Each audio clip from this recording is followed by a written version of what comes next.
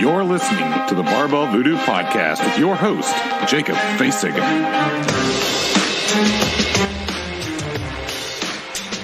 Hey, for all you Barbell Voodoo Podcast listeners, we have a special offer for you guys. If you go over to Instagram and start following Barbell Voodoo Podcast, I'll send you a code that you can get 20% off your next order at barbell-voodoo.com. This podcast is brought to you by Paleo Works, locally owned meal prep kitchen with a passion for paleo. They want to make it easy for you to reach your nutritional goals and to stay on track. They offer heat and eat paleo meals, athlete recovery meals, and bulk macro items. Their meals feature 100% grass-fed beef and all-natural hormone and free-range chicken and pork. Pickup locations all over Middle Tennessee, as well as some delivery options for a small fee. Paleo Works wants to make the nutrition the easiest part of your day. This podcast is also brought to you by NutriShop Franklin. Swing by NutriShop Franklin for free in-body scans, free samples, and unrivaled customer service. And when you do, tell them you heard about it from Jacob from the Barbell Voodoo Podcast. But hey, no worries. If you don't live in Franklin, you can check them out in Murfreesboro or Knoxville. Today's podcast is also brought to you by the Hot Room Yoga Studio, located in Cool Springs on Seabourn Lane. So you're strong, but how well do you move? Yoga at the Hot Room will help you recover quicker from those tough workouts and increase your range of motion so you can do better in the gym, bringing you pain relief and stress relief. You don't have to be gummy to get started. The knowledgeable instructors provide clear and concise instruction for beginners and are committed to helping you get the most out of each yoga class. Visit the website, thehotroomtn.com, and claim your 3 classes for $20 intro special. Don't let aches and pains slow you down. Get started today. Also, this podcast is brought to you by Strength Outside the Box. Strength Outside the Box is a podcast hosted by Amy Hester and Lauren Coral, based out of Huntsville, Alabama. It is all about 2 girls getting to the heart of how a community of CrossFit athletes is changing each other's lives 1 WOD at a time, while digging deep to understand how the lessons learned within the gym can provide strength for obstacles outside the box. Grab a cup of coffee and get ready to make 2 new gym besties as they chat with members of their own gym, neighboring gyms, and beyond. With each interview comes more laughter and a true sense of community, family, and what it means to have strength outside the box. Find them now wherever you listen to podcasts and on Instagram at Strength Outside the Box. The ladies are currently accepting suggestions for new boxes to visit and feature on their show. If you would like to nominate your awesome gym, email them at strengthoutsidethebox@gmail.com. Today's podcast is brought to you by Float Alchemy. Float Alchemy has modern, natural, and effective tools for fast recovery, more flexibility, and focus. We offer flotation therapy, cryotherapy, Normatec recovery, infrared saunas, and more in Murfreesboro, Tennessee. For Barbell Voodoo listeners, we're offering a one-time special price on our CrossFit Recovery Pack. Normally, that's $162. You get 1 60-minute float, 1 whole-body cryo session, a 40-minute sweat in our infrared sauna, and 30 minutes of Normatec leg recovery system for only $100. Go to floatalchemy.com/barbellvoodoo to purchase your CrossFit Recovery Pack and use the code VOODOO at checkout to get $62 off the regular price. They also have Kombucha Tap Room. Try their painkiller. The kombucha is packed with anti-inflammatories, including fermented ginger, turmeric, and willow bark, as well as hemp CBD. It is the perfect recovery drink to hydrate and heal from the inside. And today's podcast is brought to you by Fight for Air Climb. Join us for the 6th annual Fight for Air Climb hosted by the American Lung Association on November 3rd, 2018. This vertical stair climb race will be held at the 505 in downtown Nashville and challenges participants to climb 45 stories. That's 862 steps to the top of the 505, which is the tallest residential building in the state of Tennessee. Registration is only $35, and there's a fundraising fee of $100 by climb day. Danny D Fitness is our official fitness sponsor, and will kick off the climb around 9 a.m. Sign up now before we fill up at www.climbnashville.org. 100% of the proceeds will go back into programs, research, and advocacy to help improve lung health and save lives. Want to participate in a more intense workout? There are only 12 spots left to participate in the pre-climb race called the Vertical Mile. This happens at 6:30 a.m. on November 3rd. To qualify to participate in this, please email abby.williams@lung.org. That's ABBYWILLIAMS@LUNG.org. And today's podcast is brought to you by Danny D Fitness, owned and operated by Danny Dyer, based out of Franklin, Tennessee. She focuses on positive body image, effective workouts, and loving your journey to the healthier lifestyle. Come see Danny for one-on-one training, tandem or kids training, female small group training, group classes, pop-up events, and so much more. Visit DannyDFitness.com or find her on Instagram, Facebook at DannyDFitness1. That's Danny D Fitness and the number 1 for more info. Hey, this is Rich Froning. You're listening to the Barbell Voodoo podcast. All right, back in action here at Barbell Voodoo World Headquarters, International World Headquarters. International. Picking up the conversation where we left off, leading into the strong fit and what that's all about. All right. So what? Strap in, get ready. Yeah. So strong fit. Mm-hmm. It's. You tell me what you think. All right. Here's my gleaning. Okay. With overall, mm-hmm. It's a more efficient and effective training that helps you establish better torque and structural strength within your body. That's what I have so far. Okay. So am I anywhere close to something? That was Yeah, just off the cusp. I haven't thought about it at all. Have you ever seen anybody like when they throw a frisbee at the ground and it hits the ground but it keeps going? Yeah. That's what you just did with Strong Fit. Like you kind of touched it and then took off. Yeah, that's what I was kind of looking to do. Yeah. So actually, Strong Fit's it's a principle system. So you're saying I made a really sweet trick shot. Yeah, exactly. Great. But then it went into a basketball hoop and the whole deal. No, it's a training principle system, right? A lot of people try to pigeonhole it as a method. It's not a method. Okay. There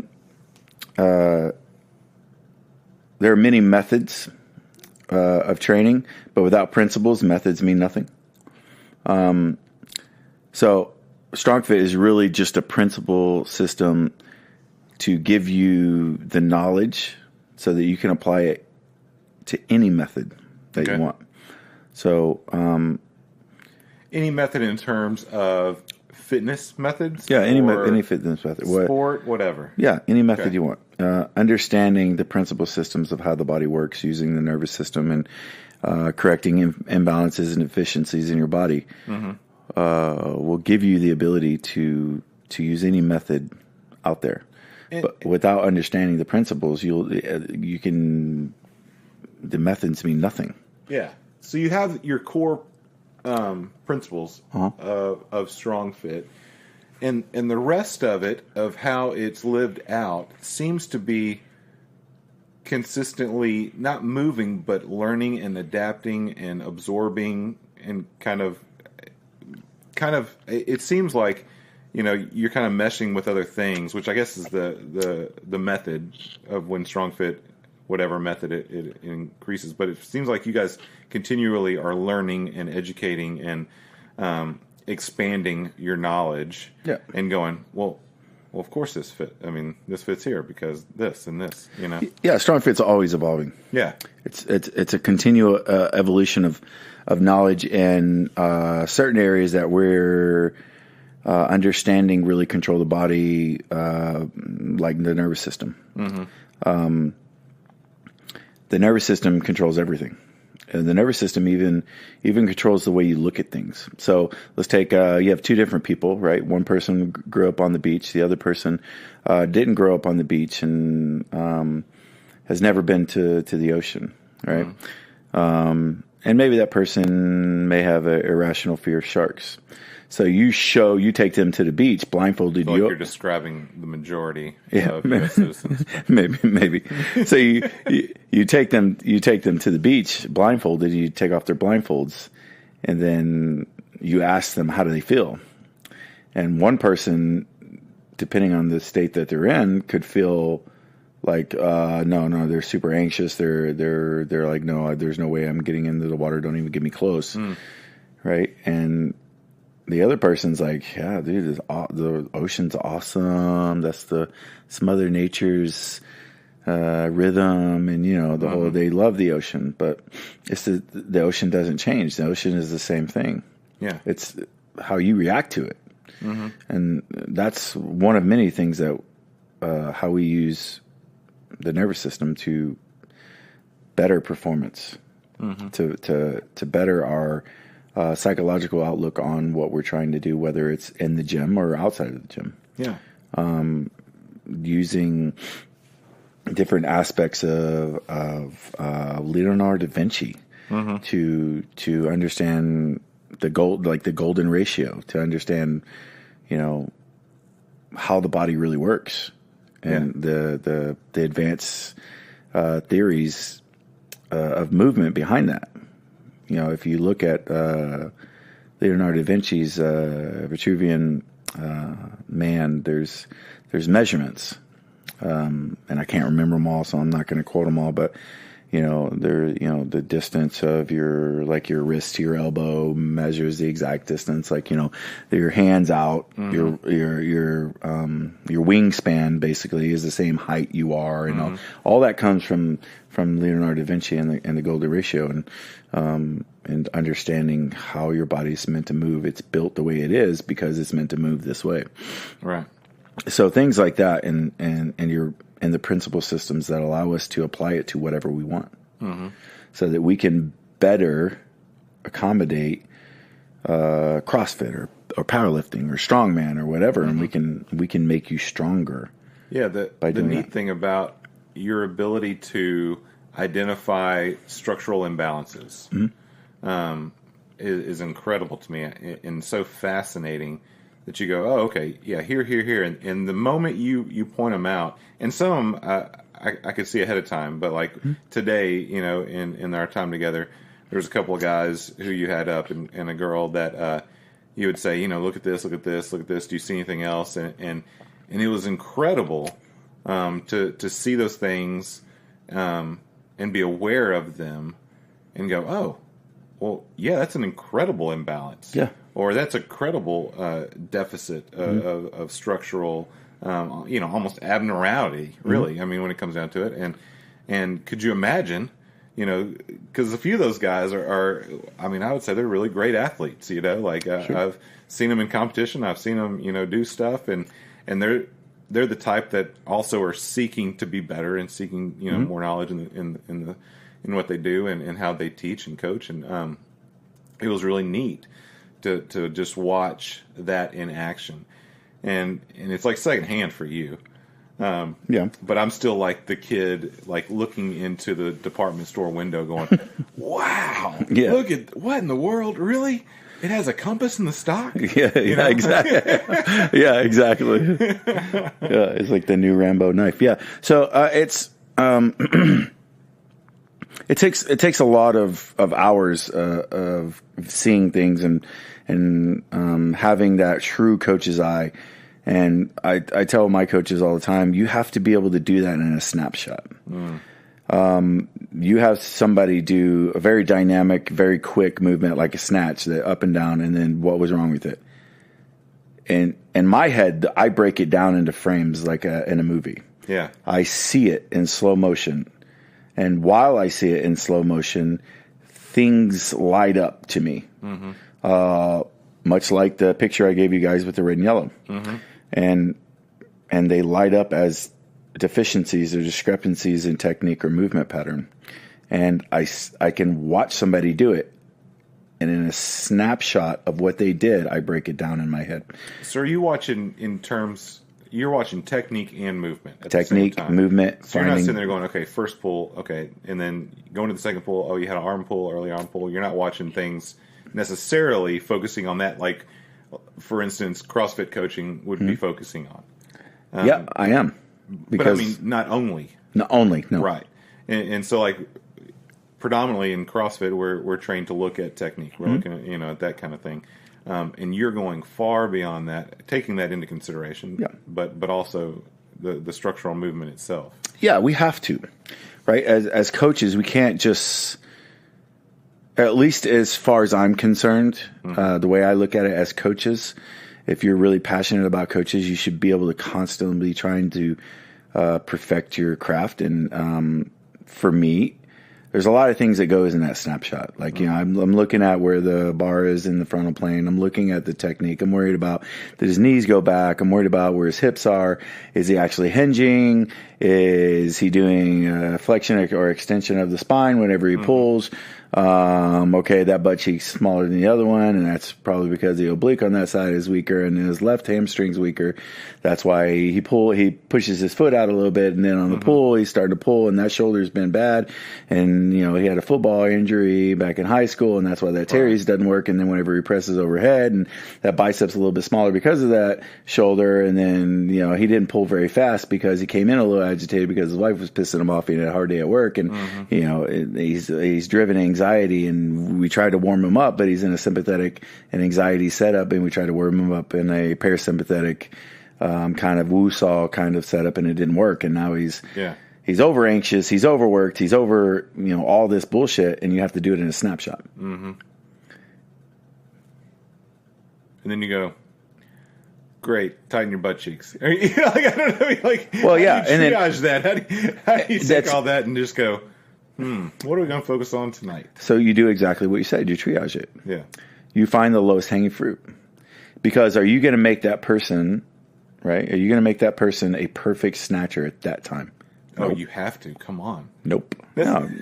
I mean, yeah, of course. Everybody thinks you can. Yeah, I mean, I've heard so many times coaches be like, all right, I'm going to fix you right now. No, right. No, you are not. Yeah. Okay. You work on the lowest hanging fruit, right? You try to fix that one thing. And usually, whenever it comes to things like the snatch or clean and jerk or whatever it is, typical CrossFit or what we think of typical CrossFit movements nowadays, being those barbell movements, in order to fix those, you usually have nothing to do with the barbell. You usually have something to do with something very, very simple, really easy to do. It just hurts. Yeah. And that's one of the things why we say burn the questions. Like whenever you're doing that, when you're doing that 200-meter sled push, that's harder than shit. What is going through your mind right now? Are you thinking about what you have to do the next couple hours? Are you thinking about what happened that day? Are you thinking about anything other than that next step? That's what we mean by burning the questions. It's one of the reasons why we say burning the questions. You have zero focus other than get the next step. Yeah. Go as hard as you can. Get the next step. You've burned everything you're talking about or you're thinking about, all the questions you had. You're just trying to get the next step. And we miss that out of CrossFit. We don't get that in CrossFit anymore. And the great thing about those simple things that fix all those imbalances, they also teach us how to be intense, and they also teach us really where our passion lies, and do we really want it as much as we think we want it? And it's kind of the way I look at it, a little bit of test of manhood or womanhood. That burn the questions, that long sled sprint's kind of one of those things that will do it really easily. Yeah. To test you and see where you are. And it also fixes hamstring deficiencies and glute deficiencies and calf deficiencies, and and it does it in a way that it doesn't kill you the next day. So yeah, you but naturally, at the time it is brutal. Oh no, you can't walk. And that's the thing is, if you're listening to the podcast now and you think you've gone hard, you put 90 pounds on a Rogue sled. And you go as hard and as fast as you can for 200 meters, and you tell me you've gone that hard. Yeah. And if you still think you have, then let me know. I'll come to wherever you're at, and we'll do it again. Yeah. And then you tell me. My favorite was when you got done and you go, okay, now 15 squats. Yeah. And you're like, you're such a sack. And then you do them and you're like, oh, that feels better. Yeah. So, I mean, and there's something to that. I mean, we're resetting your nervous system and making, which we didn't get to it too much today, but, and hopefully, a couple of the gyms will want me to come back and we can talk more about the breathing aspect of it. But, we can really reset your body getting back to that where, everybody thinks lactic acid stays in your body forever, and it's not true. For an untrained athlete, you're talking about max a minute and a half. For a highly trained athlete, a near regionals, games athlete, dude, it's like 30 seconds or less. Yeah. And lactic acid is gone. Now, the effects of what happened to your body during that lactic acid buildup are still there, and that's why it burns and all those things. But once you start doing those squats, you start pushing that blood out of the muscles again, and you start, getting rid of the lactic acids and all the pH imbalances and all those things that are going through your body at that time while breathing. And it doesn't make it go away, but it makes it way better. You went from a position to where you could, I don't know if I could walk from here to my truck, to, oh no, I can walk. It still hurts, but I can at least move now. And it's right after a point of like sheer max intensity, sheer max effort. And if you do it right, you should fall across the finish line. And we had a guy do that tonight. Yeah. You should push so hard to where you fall across the finish line. And if you didn't, then you could add weight. Yeah. And you can be more intense. And we miss that in CrossFit. Everything's gone to what I call the Froning effect. And that's one of the ways StrongFit started is, in the Barbell Shrug podcast with Julian, he says the energy system that you are no longer using, but you should be. And that's that 30-second, 90-second energy system of just all out, extreme, total, ridiculous effort. Yeah. Nobody does 3-minute workouts anymore. Right?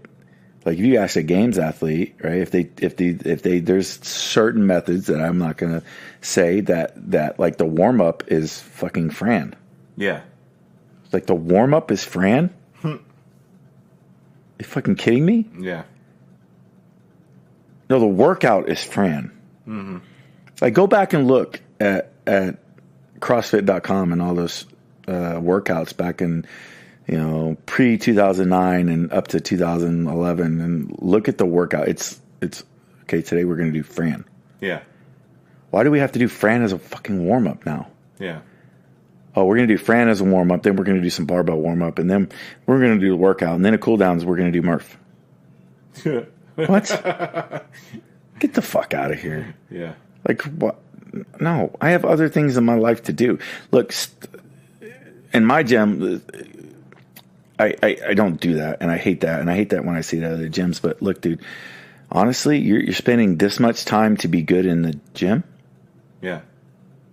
Like you're spending all this time to be good in a gym. So what? Your life is not in the gym. Like even if you're a CrossFit Games athlete, your life is not in the gym. Your life is outside of the gym. Right. Like you train in the gym to be better at CrossFit. That's great, but your life is outside of the gym. And hopefully it should be. Yeah. It should be. Right. And that's one of the things I tell our people at the gym is like, I'm not here to train you to be the greatest exerciser in the world. I don't give a shit. I don't give a shit if they're the greatest exerciser in the world. I care that anytime anybody brings a fitness-driven experience to you, you can say yes. As long as you like them and you want to go. Yeah. Like, okay, let's go climb Mount Kilimanjaro, which I had a lady do. She came in and she was like, I'm climbing Mount Kilimanjaro. And I was like, yeah, okay. 3 weeks later, she was like, so what do I need to do, like breathing-wise for climbing the mountain? And I was like, holy shit, you're really going? Yeah. Like she's like, oh, yeah. The thing. Okay. Yeah, I'm going. And meanwhile, she's like a really tall, super lanky lady. And I was like, oh, shit, we need to change our perspective. I thought I was kidding. Okay, here we go. Yeah. And she went and climbed to the peak of Mount Kilimanjaro. Wow. And she just went again to climb what's the tallest peak in the U.S.? It's in Washington. It's excuse me. Shit. What the hell? Rainier. Mount Rainier. And she's climbing over ice glissades and all that. Glaciers and whatnot. And all that stuff. That's and amazing. that's what we train for, right? Yeah. And that's what StrongFit's about. Yes, I want to fix your imbalances, but Julian will tell you left and right, his best athlete he ever trained was a 50-year-old guy that could barely move. Yeah. Like, he trains the top level athlete. I mean, he was a coach at Invictus. He trained Sam Dancer, all these Invictus athletes, Lauren Fisher and Big Fish and, all these guys. And no, his favorite was a 50-year-old guy that just wanted to be able to hang out with his kid. Yeah. And that's what really StrongFit's about. Yeah, we can use it to help athletes and fix those imbalances and weaknesses. But our job is to plug the holes that CrossFit has. Yeah. CrossFit's not perfect. You work in one plane of movement for the most part. So we're not here to take over. We're just here to help. And that's where the principle system comes in.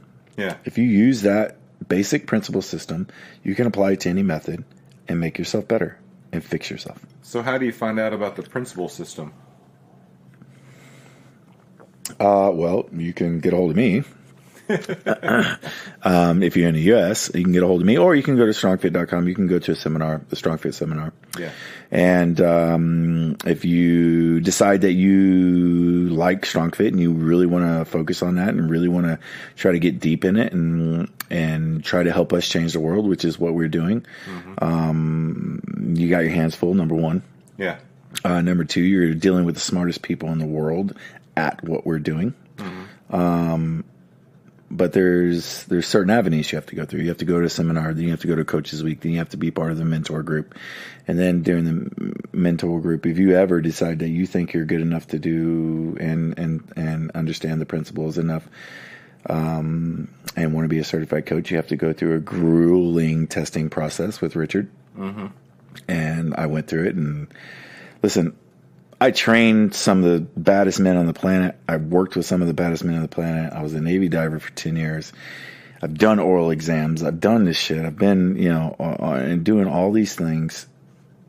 That was one of the most nerve-wracking tests I've ever had in my life. Yeah. Because you're taking a test from one of the smartest guys in the world at what you're doing. Like, there's a lot of people that call themselves movement specialists. They're movement specialists. Yeah. Like there is nobody better than them. There's a lot of guys out there that are good, but they're not better than them. And so when you take a test from a guy like that, it's fucking nerve wracking. Yeah. And it's funny we have pyramids and certain ways to go about the principle system, and there's progressions. And one of the pyramids, it was the M pyramid, and I kind of messed it up. And he was like, "Is that the way it goes?" And I was like, "Oh shit, no, you're right." And I changed it, and I was like, "Wait, no, that's not the way it goes. It goes my way." And he was like, "Explain yourself." So I started explaining myself, and I almost got him to change it. Yeah. I almost got. He was like, "Hold on, shit, wait, maybe I'm wrong." Yeah. Because of the way I explained it. And of course, I was wrong. Sometimes you're wrong. That's just the way life goes. So, it's just like you got to fail in order to succeed. But it was to that point to where I knew what I was talking about so much to where I almost changed the guy's mind that developed it. Yeah. Yeah. Like, I mean, you're dealing with some of the smartest people in the world, and you change his mind the way he developed it, or almost. I mean, it's pretty good. I mean, I think it's pretty good. Yeah. But, so. I'll give you an attaboy. Yeah, I'll take it. I'll take it. But yeah, that's the way. And I'm the self-proclaimed U.S. ambassador for StrongFit, trying to get the U.S. involved. This is where it started, right? Americans are hard-headed, so Julian and Richard and everybody moved overseas because the interest and the open-mindedness over there is a lot more prevalent. Yeah. It's almost like in the yes, people are like looking at you like, what's your angle? Mm-hmm. Like you say you want to help, but what's really your angle? Like, there is no angle. Like we really want to help. Yeah. But this shit's not free. Mm-hmm. Like knowledge isn't free. Like I did a little free workshop today, but the amount that I covered today was nothing. Yeah. It was nothing. Like I covered, I can't even, 1%, maybe. Like it's nothing. And it took, 5 hours? Well, yeah, and I would say you may have even covered more, like, from our time being together, like, coming down to your box. Yeah. Even, Yeah. Which is incredible. I mean, and we're just scratching the surface here. Mm-hmm. And, I mean, it goes far. Strong Fit goes far. It goes into psychology. It goes into, I mean, we're doing assessments now where, this is probably really loud in the microphone. Me chewing. Sorry, it's a cherry. I'm drinking an old fashioned. I'm feeling good.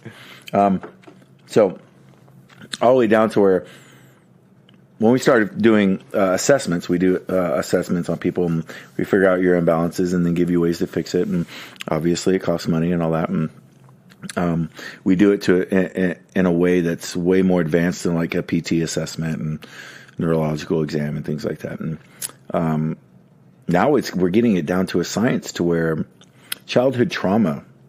We're understanding that childhood trauma actually has an effect on how you do things and how you move. We know that trauma is kept in fascia within your body, especially from accidents and things like that. And it doesn't go away until you deal with it. And we're able to fix issues by talking to people and just asking questions. Like you were saying, a lot of times you ask questions and end up getting into a place where they start putting, dots together to figure out why they're doing things and really hitting home and being Barbara Walters. And you almost did that to me. You almost did that to me. It was close. But trying to make me cry. But we're getting to a point to where, we've had assessments where people are like, excuse me, I need a minute. And they go and they cry in the corner. Mm-hmm. And we're just talking. We're not trying to make you cry. We're just asking questions. Yeah. And once they come back, their shoulders relax. And then we're allowed to, and then it makes it a lot easier to find their lats and their teres and their pec. And you're like, whoa, holy crap. Yeah. I just talked to you about your childhood and something came up and you went over there and you came back and now, now we can really dig deeper into what's going on. Yeah. Right? So it goes so far beyond just understanding how to move correctly and get people to move correctly, getting people to understand how to hinge, which seems like the most basic thing, but people do it wrong all over the place all the time. So that's really what it's about, and that's where I think if you want to learn more about Strong Fit, that's where you go. Yeah, well, and that's not shocking to me that trauma would remain in the body. It's interesting to me that you're seeing it present itself structurally. Yep. In the body, like that's incredible to me. That you have I don't know, I'm just going to make something up, but like, you have a tendon in your calf that just is rock hard, that has always been a problem, that you don't know what that's from, and all of a sudden you realize, well, it was because, I don't know, you're teaching your kid to drive, and they almost had a wreck, and you tried to hit the brake from your side, and you shoved your foot through the floorboard of the car or something, and that triggered something. But like in my day-to-day life, we're always dealing with trauma. We're always dealing with things, and the way people react. When you push people, one of the neat things about working out or exercise in general, and pushing people to, like, you're talking about the 200-meter sled push, pushing people to that point where they're reacting, you get to see the reality of who and what they are inside. Yeah, 100%. And that's...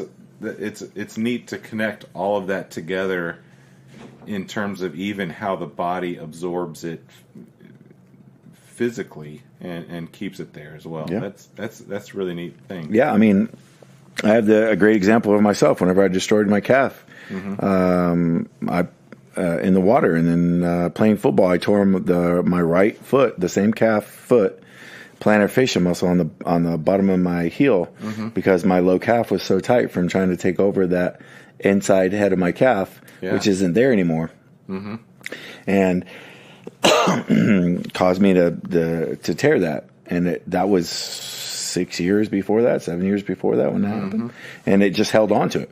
It just held on to it, and I never dealt with it. But we're finding it, it's presenting itself in from psychological trauma. It's presenting, like what I was telling you guys today, that, coming in with the wrong state of mind, coming in, pissed off and in an anxiety state because somebody said something to you, or you and your wife had a fight, or you and your husband had a fight, or just having a really hard day at work. And then you coming into workout and having the wrong warm up. Yeah. It doesn't allow you to get to a place where you should be in order to train the way we're trying to get you to train. So we have a way of doing that. And what would you do? Say someone comes in, fine day, everything's fine, whatever that would be, just normal MO. And they don't hit the numbers that they want to hit on the strength component. Sure. Which sends them into a tailspin of frustration. Sure. They've all of a sudden gone to one side, and the next workout is something that they're going to have a hard time transitioning to because of the state of mind they're in. What do you try to do to move them from that state to the next state, just in the middle of the workout, even? You don't have time at the end of it's not like at the end of things where, if you've increased the intensity to such that they need to come down from that in order to leave to re-enter society, and not run somebody off the road or whatever, or get stabbed by their wife, whatever example you had earlier today.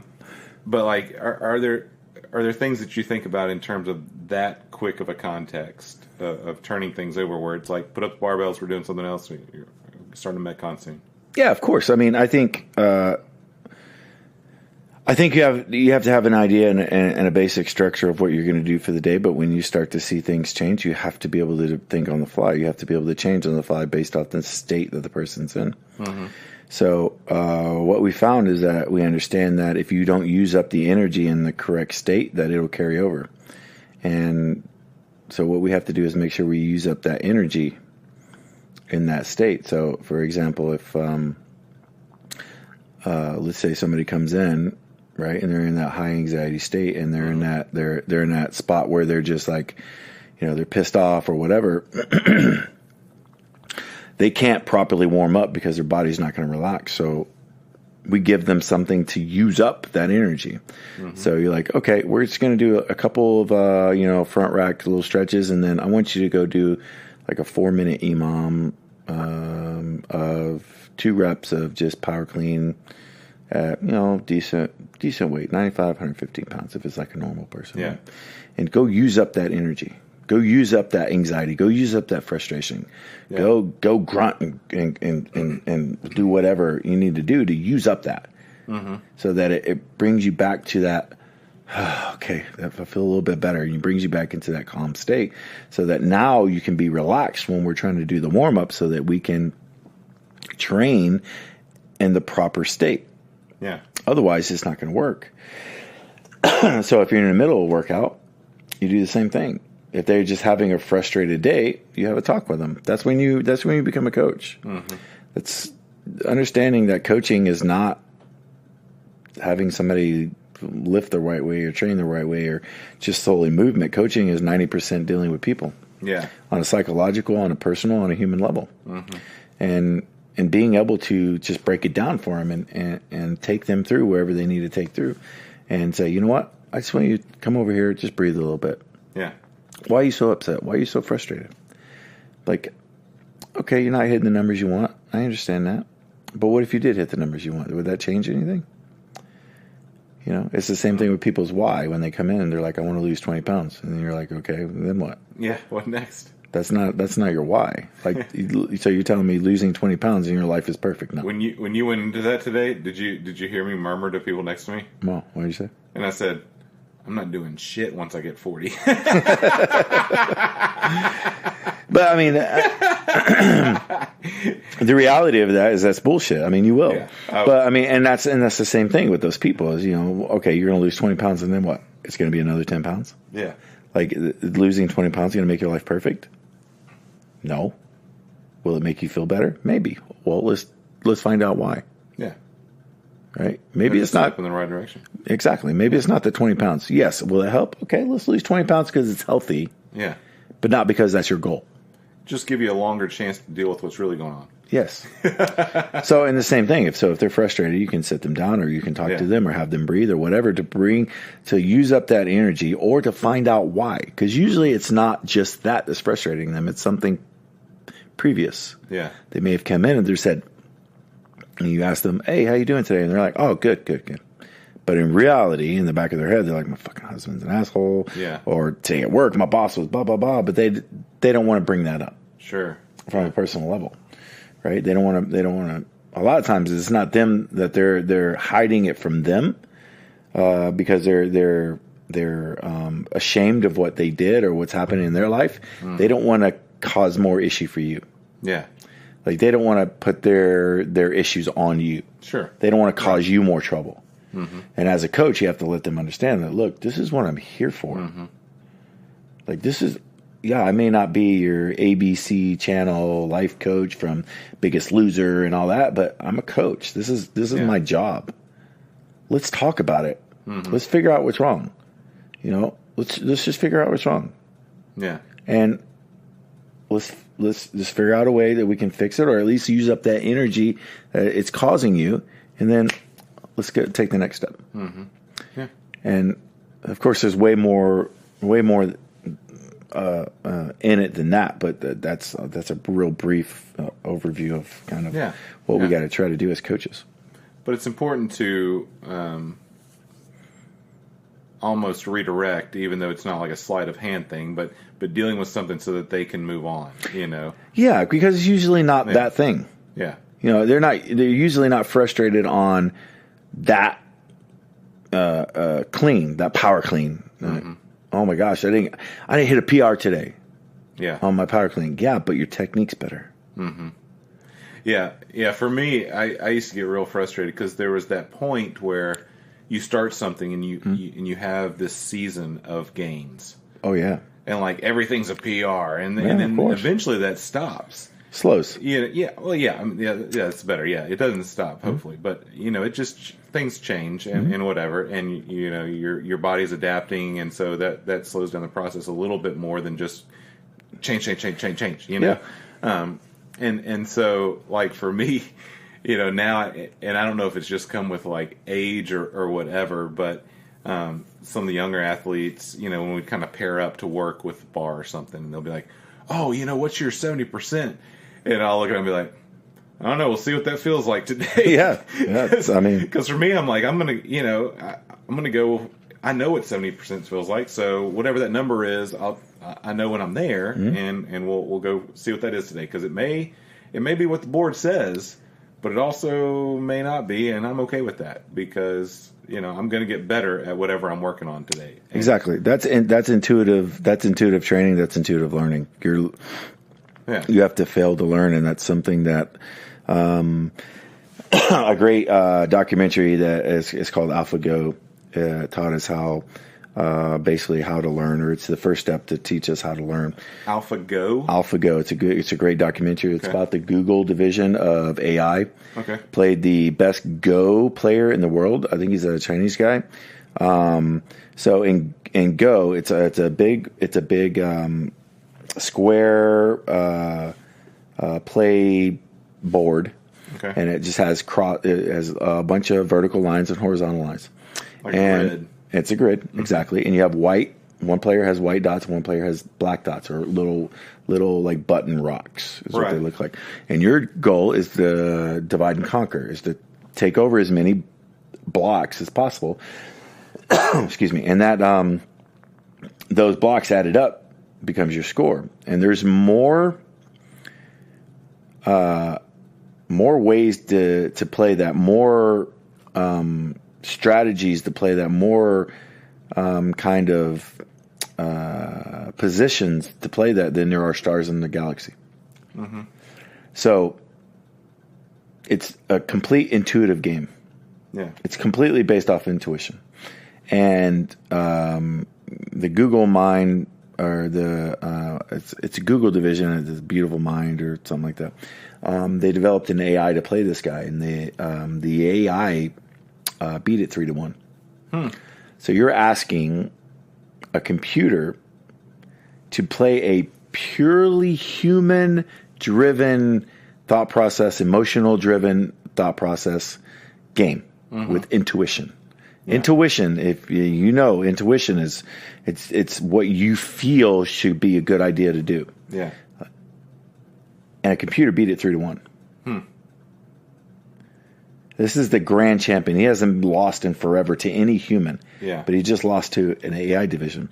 Well, they took that same AI and they had it play the greatest AI or greatest computer chess. I forget what the hell the name of it is. But they played each other. So AlphaGo and the chess computer played each other. And so they gave Go, the Alpha division, 4 hours. Mm-hmm. Didn't teach it how to play it, just gave it the rules. Gotcha. Right? It played itself for 4 hours. I had no clue how to play. Didn't have the grand champion chess games, none of the strategies, none of that. It just played itself. Just knew the rules. All it knew was the rules, and it played itself over and over and over. It learned how to play by losing over and over and over and over to itself.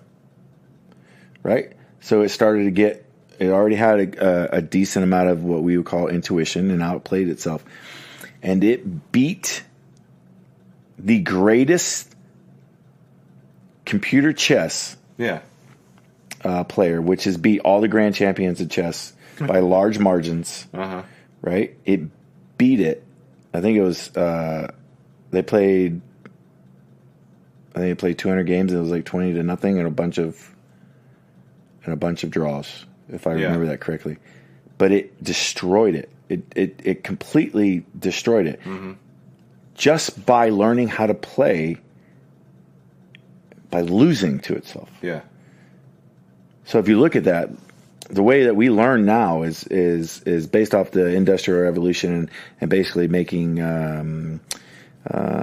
really good people to stamp out things, right? The memorization. Right. We want kids to have great memorization. We have to memorize your math, and this happened in history and this happened in history, instead of learning like they used to learn a long time ago on the farm. By doing things the wrong way and then having to figure out the right way to do it. Right. Right. You chop wood this way, you cut your finger off. Well, you don't do it that way next time. Yeah, that's an extreme case, but that proves my doing probably. Yeah, that proves my point. Is nowadays all we're doing is just trying to get it's just standardized learning. It's just all they're wanting kids to do is memorize stuff. Right. That's why there's so many freaking tests. Yeah. Right? And we don't let kids learn by losing, learn by screwing up, learn by failing. We don't let them have intuition anymore, and it carries over into fitness and CrossFit now. You got to learn to learn how to feel what a snatch feels like. Yeah. Not just be given a whole bunch of different points of performance or ways or cues or whatever to make your snatch look pretty. Beyond that. You have to be able to feel it. Yeah. So I got off on a tangent. No, you're good. So in terms of Strong Fit, we want to find more about that. There's obviously booking you to come in and do some things. Yep. And then there's, like we said, the website. You can go check that Strongfit.com. You can find them Strongfit on YouTube. You can a lot of great YouTube videos. A lot of great stuff. A lot stuff. of instructional stuff, which is neat. A good amount of instructional stuff there.